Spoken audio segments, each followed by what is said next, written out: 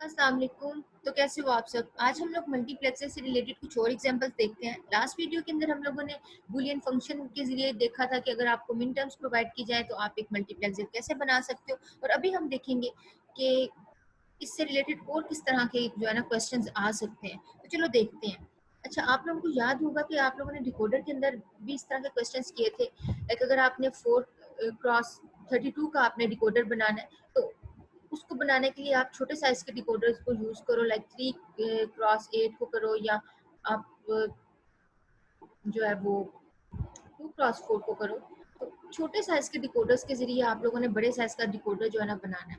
तो सेम इसके अंदर भी इस तरह के क्वेश्चन आ सकते हैं कि आपने 16x1 का मल्टीप्लेक्सर बनाना है with the help of 2x1। तो इस तरह के क्वेश्चन आए तो उनको कैसे करोगे, तो उनको देखते हैं। देखने से पहले कुछ चीज़ों को रिकॉल कर लेते हैं। लाइक आपको मल्टीप्लेक्सर में किन चीज़ों का होना ज़रूरी है। एक आपका सिलेक्टर और दूसरे इनपुट्स। अगर आपका 4x1 का मल्टीप्लेक्सर है तो उसके लिए आपके पास कितने सिलेक्टर्स होने चाहिए? उसके लिए आपके पास 2 सिलेक्टर्स होने चाहिए। और इनपुट्स कितनी होनी चाहिए? यस, उसके लिए इनपुट्स आपके पास 4 इनपुट्स होनी चाहिए। और ये आपका 4x1 का हो जाएगा। अच्छा जी।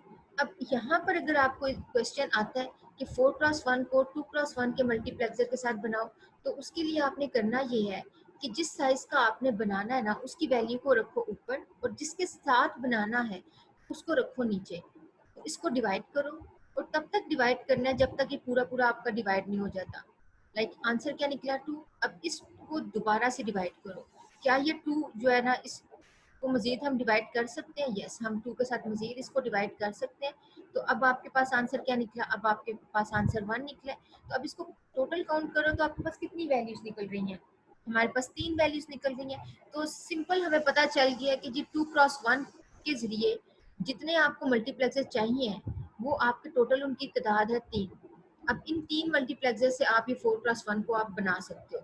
अच्छा, अब इसमें दूसरा पॉइंट जो है ना, तादाद तो हमें पता चल गई। पॉइंट नंबर 2 ये है कि हमने सीक्वेंस कैसे लगानी है, कि पहले हमने 1 को रखना है या 2 को रखना है। तो आप जिस तरह से आपका आंसर निकल रहा है ना, आपने उसी सीक्वेंस से जो है ना वो रख लेनी है अपने मल्टीप्लेक्सर को। लाइक आपने पहले 2 को, फिर उसके बाद 1 को। और अगर ऐसी सिचुएशन होती है 4 आता है, फिर 2 आता है, फिर 1 आता है, तो पहले आप 4 रखोगे, फिर 2 रखोगे और फिर 1 रखोगे। तो सीक्वेंस ऐसे। अब हमें यहाँ तक तो जो है ना वो ये भी पता चल गया कि हम कैसे पता चला सकते हैं कि कितनी तादाद के होने चाहिए, और दूसरा काउंटिंग हमें पता चल गया। तो दूसरा हमें ये भी पता चल गया सीक्वेंस कैसे हमने लगानी है। अच्छा, पेपर में इधर तक तो आप लोग बना लोगे, लेकिन आपको ये भी आना चाहिए कि इसमें जो है ना वैल्यू वर्किंग कैसे कर रहा है, या उसमें जो ये सर्किट है वो किस तरीके से ये वैल्यूज को रीड कैसे कर रहा है। तो हो सकता है आपको कहा जाए कि ये फलां वैल्यू है तो इसको भी रीड करके दिखाओ। जैसे यहाँ पर है I0, I1, I2, I3। तो इनमें से I2 को रीड करके दिखाओ। तो रीड करके दिखाना है कि किस तरीके से वाकई में ये I2 जो है ना आउटपुट के तौर पे I2 निकल रहा है कि नहीं। एक तो तरीका ये डायरेक्ट आप लिख दो जी I2, लेकिन ये तो कोई लॉजिक ना हुई। हमें समझना है, देखना है कि वाकई में ये 2x1 जो है ना ये 4x1 के लिए परफेक्ट काम कर रहा है कि नहीं कर रहा। तो उसके लिए सबसे पहले देखो क्या नंबर ऑफ सिलेक्टर्स जो 2 थे, क्या हमारे वो फुलफिल हो रहे हैं कि नहीं। तो सबसे पहले इस कॉलम को देखो, इसमें आपके पास एक सिलेक्टर है, और इस कॉलम को देखो, इसमें भी आपके पास एक सिलेक्टर है। तो टोटल 2 सिलेक्टर आ रहे हैं। यस, ये चीज भी हमारी फुलफिल हो रही है। अच्छा, उसके बाद देखो number of inputs. Number of inputs हमारी 4 हैं कि नहीं। 4x1 में कितनी इनपुट्स चाहिए होती हैं? यस, हमें 4 चाहिए होती है। तो यहाँ पर देखो 2 इसकी मिला लो, 2 इसकी मिला लो, तो इनपुट्स भी हमारी 4 बन गई। इसका मतलब है मल्टीप्लेक्सर तो हमारा बिल्कुल ठीक बना है। अब इसकी वैल्यूज को रीड करके देख लेते हैं। अच्छा जी, सपोज हम लोगों को चाहिए, हम लोगों ने क्या करना है, ये हमारे पास टेबल है 000110। अच्छा, हम लोगों ने क्या करना है, हम लोगों ने इसको जो है ना वो S1 का नाम दे देते हैं और इसको S0 का नाम देना है। क्या ये नहीं है? अच्छा, हम लोगों ने क्या करना है, हम लोगों ने इसकी I1 को रीड करवाना है। अब देखो I1 को रीड करवाना है तो डायरेक्ट वे में देखोगे तो आपको कि I1 तो इस मल्टीप्लेक्सर में रीड हो रहा है। ठीक है। लेकिन ये आईसी जो आपका सर्किट है ये कैसे रीड करेगा? सबसे पहले देखो मल्टीप्लेक्सर में इनपुट्स ये 2 की है, तो इसका मतलब है 2 ही इनपुट है, या तो वो 0 होंगी और या फिर वो 1 होंगी। इसके लिए भी या तो वो 0 होगा या तो वो 1 होगा। इसने वैल्यू आगे पास करवानी है, तो हम चाहते हैं I1 को रीड करना। तो उस केस में यहाँ पर देखो मल्टीप्लेक्स सॉरी सिलेक्टर जो है ना, अब यहाँ पर डिपेंड करता है सिलेक्टर ने किसको सिलेक्ट करना है। हमने I1 को रीड करवाना है, तो यहाँ पर हम इनपुट दे देते हैं I1 सॉरी 1 को इनपुट दे देते हैं। अब जैसे ही हमने 1 को इनपुट दिया, इसके पास भी 1 इनपुट है, इसके लिए भी सिलेक्ट, क्योंकि दो नंबर्स हैं, या 0 होगा या 1 होगा। सिलेक्टर इस टाइम 1 है, इसकी वैल्यू या तो 1 होगी या फिर 0 होगी। तो अभी सपोज हम लोगों ने 1 को चूज किया, तो उस केस में उसने क्या करना है, इसको आगे पास करवा देना है, और इधर से इसने इसको आगे पास करवा देना है। ठीक है, और आंसर क्या निकलेगा, यहाँ पर निकल आएगा I1 बाहर निकल आएगा, और यहाँ पर निकल आएगा I3। तो अब यहाँ पर I1 है I3 है, लेकिन इस मल्टीप्लेक्सर के लिए ये कौन सी लोकेशन है, ये 0 लोकेशन है, और ये कौन सी लोकेशन है, ये 1 लोकेशन है। अच्छा, अब यहाँ पर सिलेक्टर ने क्या करना है, सिलेक्ट करना है, उसने क्या करना है जी, 0 को अगर सपोज उसने 0 इनपुट किया, तो वो क्या करेगा, इस 0 को इस 0 के साथ मिलाएगा, और यहाँ पर आपके पास क्या है, I1 है, तो उसने आपका जो है ना I1 आगे ट्रांसफर कर देना है। ठीक है, और अगर आप सिलेक्टर को अगर गौर से देखो, तो सिलेक्टर जो है ना आपका कुछ इस तरह बन रहा है। ये सॉरी, लिस्ट को पहले लिखना था। आपका सिलेक्टर आपकी वैल्यूज इस तरह बना रहा है, तो इसका मतलब है 1 की वैल्यू भी बना रहा है सिलेक्टर। तो उस 1 की सिलेक्ट करने से आपका I1 जो है ना परफेक्टली आगे प्रोड्यूस हो गया। ठीक है, इस तरीके से ये वैल्यूज को रीड किया जाता है। चलो नेक्स्ट, यहाँ पर वीडियो करो पॉज और जल्दी से जो है ना इसको बनाओ, बहुत आसान है, सिंपल से है। चलो देखते हैं। अच्छा, अब आप लोगों ने आगे तो किया नहीं होगा, तो इसको ही देखो, और जिन्होंने किया उनके लिए शाबाश। करोगे तो आएगा, ऐसे नहीं आएगा। अच्छा, 8 को 2 को 8 के साथ डिवाइड करो, तो आपके पास क्या आया, 4। और मजीद इसको करते जाओ तब तक जब तक आपका कंप्लीट ये डिवाइड नहीं हो जाता। गुड। अच्छा, देन उसके बाद 2 को डिवाइड करो 2 के साथ, और आपके पास आंसर आ गया 1। अब इनको सबको करो ऐड, और अब मुझे यहाँ पे बताओ कितने टोटल बने। यस, 7 बने हैं, तो इसका मतलब है 7 आपके पास होने चाहिए 2x1 के मल्टीप्लेक्सर, जिनसे आप बना सको 8x1 का मग्स। अच्छा, अब दूसरा यहाँ पर आती है बात सीक्वेंस की। तो नंबर 2 पॉइंट क्या है, सीक्वेंस। तो सीक्वेंस हमने पहले 4 को लिखना है, फिर 2 को, और फिर 1 को। उस तरीके से हमने सीक्वेंस भी लगा दिए, और हर एक में देखो इनपुट्स आ रही हैं, 2 2 2 सब आ रही हैं। लेकिन अब हमने देखना है 8 वाली जितनी टोटल इनपुट्स थी 8 होनी चाहिए, तो क्या 8 बन रही हैं? तो काउंट करो 0 से लेकर 7 तक। यस, 8 इनपुट्स भी बन रही हैं। अच्छा, नेक्स्ट हमने ये देखना है कि क्या सिलेक्टर्स जो है वो हमारे 8 के 3 बन रहे हैं कि नहीं, क्योंकि सिलेक्टर हमें कितने चाहिए होते हैं, 2 की पावर 3 करो, तो फिर ही आपके पास 8 निकलता है ना। इसका मतलब है 3 सिलेक्टर्स चाहिए, तो इस कॉलम में 1 2 और ये 3, तो 1 2 3, इसका मतलब है 3 सिलेक्टर परफेक्ट आपको जो है ना यहाँ पर मिल रहे हैं। तो अच्छा, अब यहाँ पर देखो कि इसकी जो आउटपुट है, इसकी आउटपुट है इन दोनों की, हमने इसको क्यों भेजी है, क्योंकि ये था 2x1 का था, तो इसलिए इसको 2 इनपुट चाहिए। अगर हम एक यहाँ पर भेजते तो फिर ये मल्टीप्लेक्सर वर्क तो ठीक करता ही ना। तो 2x1 का तभी वर्क कर सकते जब इसके पास 2 इनपुट्स हों, तो इसलिए पहली 2 की इनपुट्स इसके पास जाएंगी, अगली 2 की इनपुट्स इसके पास जाएंगी, फिर इन दोनों की आउटपुट जो होगी वो इसकी इनपुट होगी। अच्छा, अब यहाँ पर जो है ना वो जरा टेबल को एक दफा देख लेते हैं कि जो आपका 8 का टेबल होता है उसमें इस तरीके से होता है। अच्छा, अब सिलेक्टर्स हमने लिख दिया, ये इसको 0 S0 1 2 इसकी रेंज दे दी। ये आपका है मोस्ट सिग्निफिकेंट हो गया, और ये आपका लीस्ट सिग्निफिकेंट हो गया। अच्छा, अब हम लोगों ने रीड करवाना है I1 को। तो यहाँ तक तो जो है ना पेपर में आप लोग इतना तो बना लोगे, और ये यहाँ पर मैंने आउटपुट की लाइन नहीं लगाई, तो आपने लगानी है, और आगे F लिख दो ताकि पता चले जी फंक्शन है या आउटपुट है, कुछ भी आप वर्ड लिख दो। अच्छा, अब यहाँ तक तो आप पेपर में तो इतना काम ठीक है बना लोगे, लेकिन बात अगेन रीड करना है, तो रीड कैसे करोगे? तो आप यहाँ पर I2 को हमने रीड करवाना है, तो उस केस में देखो इसके लिए ये 0 है, ये 0 है, 1 है, ये 0 है, ये 1 है, ये 0 और ये 1 है, ठीक है। अच्छा, अब यहाँ पर जो है ना हमारे पास वैल्यू इसकी वैल्यू मल्टीप्लेक्सर की वो कौन सी, सॉरी इस सेलेक्टर की जो वैल्यू है वो कौन सी है। इस सेलेक्टर की वैल्यू हमारे पास जो है ना वो सपोज हम करते हैं 0, तो वो क्या करेगा, आई 0 को आगे पास करवा देगा, मतलब इसके साथ कनेक्ट करेगा और फिर आई 0 को पास करवा देगा।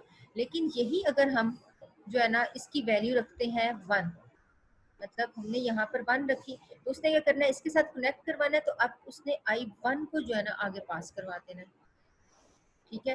तो एक चीज याद रखना, जो यहाँ पर आप सिलेक्टर की वैल्यू रखोगे ना वो बाकी भी सिलेक्टर्स में वही वैल्यू जाएगी, और इसकी भी 0। और उस केस में इसने आगे क्या पास करवाना है, इसने करवा दिया आई 0 को, इसने आई 1 को, आई 2 को इसने करवाना है। ये एडिटिंग में थोड़ी प्रॉब्लम हो गई है, तो इसने क्या करवाना है, आई 4 को करवाना है, और इसने किसको करवाना है, आई 6 को करवाना है। अच्छा, इसके लिए ये आई 0 है, ये आई 1 है, आई 0 है, आई 1 है, ठीक है। क्योंकि इंडिविजुअल अगर आप देखो एक एक करके देखो ना, तो एक एक करके देखोगे तो इसके लिए तो ये दो ही वैल्यूज है, वो तो हमें पता ही है आगे चल के जी आई 0 निकला, आई 2 निकला, आई 4, आई 6 निकला, लेकिन इसके लिए ये अगेन वही है, 0 है और ये 1 है, 0 है और ये 1 है, ठीक है। अच्छा जी, अब हम इस लेक्टर को क्या करते हैं, सपोज हम लोगों ने जी आई 2 को ही आगे आउटपुट जनरेट करवाना है, तो इसकी वैल्यू हम रख देते हैं 1 रखते हैं। अगर हम 1 रखेंगे तो उसने क्या करना, आई 1 के साथ कनेक्ट करना और यहाँ पर आई 2 को आगे पास करवा देना है। लेकिन हम चाहते हैं कि यहाँ पर अभी हम 0 रखें। जब हम इसको 0 रखेंगे तो उसने किसको कनेक्ट करना है, उसने कनेक्ट आई 0 को कर देना, फिर आई 0 आगे पास करेगा, आई 2 तो जाएगा ही नहीं। तो इसलिए हमें सिलेक्टर जो है ना वो किसके अकॉर्डिंग लेना है, हमें अपनी इस वैल्यू को के अकॉर्डिंग लेना है। तो इसका मतलब है सिलेक्टर जब यहाँ पर आपका 1 होगा तो वो क्या करेगा, आई 2 को आगे क्या करवा देगा, पास करवा देगा, और यहाँ पर इसने किसको पास करवाना है, आई 6 को। अच्छा जी, अब यहाँ पर इसके लिए ये 0 है और इसके लिए ये 1 है, और अगेन इस सेलेक्टर के पास दो ऑप्शन है, यहाँ 0 प्रेस करो या 1 प्रेस करो। अब की बार इसने सपोज करो इसने 1 प्रेस किया, तो 1 प्रेस करेगा तो उसने आई 6 को आगे पास करवाना है, तो आई 6 जो है ना आपका आउटपुट जनरेट हो जाएगा। लेकिन हमने किसको करवाना है, हमने तो आई 2 को करवाना है, तो हम फिर इस वाले की वैल्यू क्या देंगे, इस वाले की वैल्यू हम देंगे 0। उसने क्या करना है, इसके साथ कनेक्ट करना है और आपका आई 2 जो है ना वो जनरेट कर देना। अब यहाँ पर जल्दी से देखो कि जो सिलेक्टर की वैल्यू है वो क्या निकल रही है, 0 1 0, और उसके अगेंस्ट आपका आउटपुट क्या निकल रहा है, आई 2 निकल रहा है। और टेबल में देखो ऐसे ही है, यस हमारा परफेक्ट ये काम कर रहा है। तो यहाँ पर अब आप लोगों ने ना ये काम करना है, 16x1 का जो है ना 4x1 के साथ आपने मल्टीप्लेक्सर बनाना है। तो ये भी मुझे दिखाना है, कहीं अगर प्रॉब्लम आई तो पूछ लेना। चलो बना होगा देख लो, ठीक है। चलो जी, अब इसका जो है ना वो यहाँ पर आ जाता है 8x1 को 4x1 के साथ। ओके, अगर आपको इस तरह की सिचुएशन आ जाए कि आपने 8 को 4 के साथ डिवाइड करना है, तो उस केस में देखो आपके पास क्या सिचुएशन, किस तरह का आपके पास आंसर आता है। 4 को किया हमने तो हमारे पास आंसर निकला 2। अब इस 2 को मजीद हम डिवाइड करेंगे, तो डिवाइड किया 4 पे, तो क्या ये डिवाइड इस तरह हो सकता है, हाँ जी हो तो सकता है, बट आंसर कुछ इस तरह का आता है। तो आपने इस तरह की जब सिचुएशन आए तो उसमें करना ये है कि आपने जो आपके पास जो वैल्यू होगी ना उतने आपने ले लेने हैं 4x1 के मल्टीप्लेक्सर, और उसको कनेक्ट कर देना एक और गेट के साथ। अब यहाँ पर देखो आपका क्या 8x1 वाला काम इनपुट उतनी है कि नहीं, तो इनपुट तो उतनी है, परफेक्ट वो काम कर भी रहा है। लेकिन इसके अंदर आपके पास एक प्रॉब्लम आ गई है। प्रॉब्लम ये आई है कि जो सिलेक्टर्स थे ना हमारे पास 8 के, वो हमें 3 चाहिए होते हैं। 2 की पावर 3 लो तो 8 के लिए कितने चाहिए होते हैं, 3 सेलेक्टर्स चाहिए होते हैं ना। तो हमारे पास यहाँ पर 4 जो प्रोवाइड कर रहा है वो 2 सेलेक्टर प्रोवाइड कर रहा है, 2 इसके पास 2 इसके पास। तो तीसरे के लिए क्या करेंगे, तो उसको हम टेबल से जरा समझ लेते हैं कि ये आपका ऊपर वाला मल्टीप्लेक्सर, ये नीचे वाला, और ये वाला कॉलम जो है ना इसको हम बना देंगे ये आपकी इनेबल इनपुट है। यस, इनेबल इनपुट ये बिल्कुल वही है जो हम लोगों ने डिकोडर के अंदर किया था काम के। अगर आप चाहते हो किसी एक ब्लॉक को एक्टिव करवाना, तो उसको उसकी इनेबल इनपुट 1 कर दो, और अगर उसको डिसेबल करना है तो उसको 0 कर दो। तो यहाँ पर भी हम कुछ इसी तरह करने लगे हैं कि हम क्या करेंगे, एक इनपुट देंगे, लाइक हम चाहते हैं कि I1 जो है ना वो आगे पास होना चाहिए, तो उस केस के लिए हम फिर क्या करेंगे, इसके वाला जो इनेबल है ना इसको 0 कर दें। तो ये हमने 0 दिया, ये 0 गया और ये 1, इसका मतलब है ये अब एक्टिव हो गया और इसने वर्क करना है। अब ये वर्क करेगा तो इसके पास वैल्यू क्या है, सिलेक्टर की वैल्यू क्या है, 1 और 0। तो 1 0 के केस में उसने किसको ऑन करना है, उसने इस वाले I1 को ऑन कर देना है, और I1 के केस में उसने इसको आगे फॉरवर्ड कर देना है, और फिर उसके बाद I1 जो है ना आपका, तो इसमें ऐसे ही होता है, दोनों में से किसी एक का ट्रू होना लाजमी है। ये 0 होगा क्योंकि ये तो वर्क ही नहीं कर रहा, क्योंकि ये तो डिसेबल है इनेबल इनपुट की वजह से, तो दोनों में से किसी एक का ट्रू होना लाजमी है। तो ये वाले 1 आ रहा है, ये 0 है, तो कोई मसला नहीं, और आउटपुट आपका I1 परफेक्ट तरीके से आ गया। ठीक है, सेम इसी तरह आपने जो है ना 16x1 को 8x1 के साथ आपने बनाना है, और अगर आपको कोई प्रॉब्लम आई तो मुझसे पूछ लेना। अच्छा जी, अब नेक्स्ट जो है ना वो थोड़ा सा कॉम्प्लिकेटेड तो नहीं, थोड़ी सी वैल्यू को बढ़ाने लगे हैं, बाकी चीज़ें वही हैं। लाइक आप 8 का कुछ इस तरह से होता है, अभी हमने देखा, और उसमें एक हम इनेबल इनपुट भी ले सकते हैं अगर आप चाहो तो। जैसे ये आपके पास 8 का टेबल है, ये आपके पास जो है, इसी को अगर मैं बढ़ा दूं दोबारा से, इस ब्लॉक इधर तक ब्लॉक में देखो बिल्कुल 8 वाली वैल्यूज है, दोबारा से 8 ही रिपीट हो रहा है, तो ये वाला ब्लॉक, ये वाला जो कॉलम था, ये हमने एज अ इनेबल इनपुट के तौर पर रख दिया।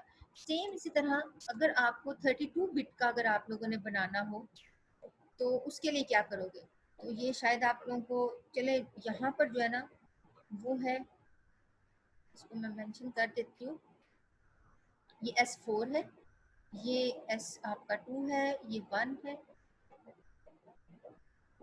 S0, S1, S2, S3 और ये S4 है। ठीक है, अच्छा, अब इसको अगर आप गौर से देखो, यहाँ तक जो मैंने हाईलाइट किया हुआ है, ये वाला ब्लॉक कहाँ से लेकर कहाँ तक बना हुआ है, ये है 0 से लेकर 16 तक, और फिर 0 से लेकर दोबारा से 16 तक कितनी वैल्यूज बनी, उसी को मैंने दोबारा से रिपीट लिख दिया, तो ये 16 का दोबारा से टेबल बना दिया। और बस इसका ये जो साइड पे जो कॉलम है जिसको मैंने 4 नंबर दिया है, इस कॉलम को कह दो ये आपका इनेबल इनपुट है। इनेबल इनपुट मतलब आधी जो आपकी 16 तक है ना वैल्यूज, उसको ये 0 0 दे रहा है, देन उसके बाद 1 1 दे रहा है, और ओवरऑल देखो तो आपके पास 32 बिट का जो है ना ये टेबल आपका बन गया। ये बिल्कुल ऐसे ही है जैसे हम लोगों ने 16 का बनाया था कि 8 वाले को रिपीट करो और उसके ये वाले कॉलम को हमने इनेबल इनपुट कर दिया। तो अब हम लोग क्या करने लगे हैं, ये बिल्कुल स्टार्टिंग लेक्चर्स के अंदर हम लोगों ने ये 32, 16 और 8 के टेबल बनाए थे, एक दफ़ा जस्ट रिकॉल करवा रही हूँ। अच्छा, हमने करना ये है कि हमने 32x1 का मल्टीप्लेक्सर बनाना है 8x1 के साथ। अब अगेन इसके अंदर भी हमें प्रॉब्लम आ गई है डिवाइड करने में, कि आपके पास जो है ना वो कुछ इस तरह से है, सॉरी, हमारे पास कुछ इस तरह से है, ये 32 को जो है ना वो डिवाइड करो 8 के साथ, तो हमारे पास 4 आंसर निकला है। 4 को जब अगेन हम 8 के साथ करेंगे तो फिर आपके पास पॉइंट में वैल्यू आ जाएगी। तो हम क्या करेंगे, इस 4 को चूज करेंगे और 4 अपने मल्टीप्लेक्सर जो है ना लगा देंगे। अब हमने मल्टीप्लेक्सर लगा दिया और उसको हमने कनेक्ट कर देना है एक और गेट के साथ। ठीक है, इतना काम हमारा हो गया है। अब नेक्स्ट काम जो मेन है वो ये है कि हमने बनाना है जो आपके सिलेक्टर्स हैं, 3 सिलेक्टर्स तो हमें यहाँ से मिल जाएंगे 0 0, क्योंकि 8 के अंदर तो 3 होते हैं, लेकिन 32 बिट वाले के मल्टीप्लेक्सर के अंदर कितने होंगे सिलेक्टर्स, यस उसके अंदर होंगे 5 सिलेक्टर्स होंगे उसके अंदर। अच्छा, ये कैसे पता चला है, ये ऐसे ही पता चला कि 2 की पावर आप जब 5 लोगे तो 32 आता है, तो इसलिए 5 जो है वो सिलेक्टर्स होंगे और 32 आप इनपुट्स दोगे 0 से लेकर 32, सॉरी 31 तक होगी, तो ये टोटल 32 इनपुट्स हो जाएंगे।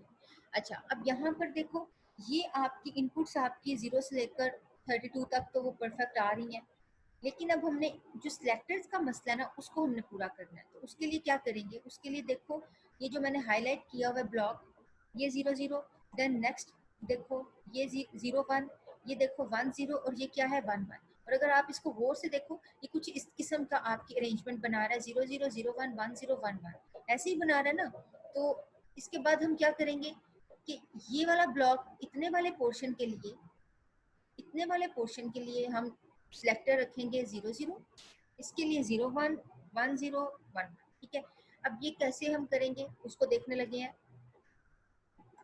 3 तो हमें मल्टीप्लेक्सर में इनपुट मिल गई, जो बाकी 2 बच गई है ना, उनको हम कह देंगे ये हमारी इनेबल इनपुट्स है।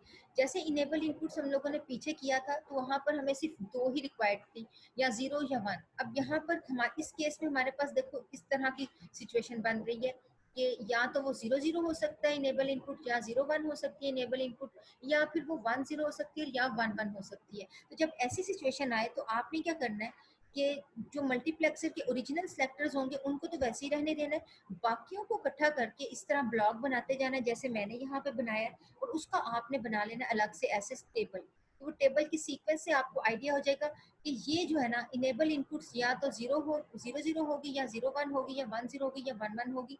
पिछले केस में 2 ही इनेबल इनपुट्स थी, या तो वो 0 थी या तो वो 1 थी। अच्छा, अब यहाँ पर देखो, इसको देखते हम लोगों ने अपनी इक्वेशन बना लेनी है, एक्सप्रेशन S4 S3 का कम्प्लीमेंट, S4 का कम्प्लीमेंट, और इस तरह हमने इक्वेशन बना ली। अब इसको अगर मैं बताऊं, अगर आपसे पूछूं तो मुझे ये बताओ कि इनके दरमियान में क्या लगा हुआ है। इनके दरमियान में एक एंड गेट लगा हुआ है, और वो एंड गेट आगे जो है ना कनेक्ट होगा अपनी अपनी वैल्यूज के साथ। लाइक ये जो है ना S4 कम्प्लीमेंट के साथ, और ये S3 कम्प्लीमेंट के साथ। ये किसके साथ है? S3 के साथ। और ये किसके साथ है? S4 के साथ।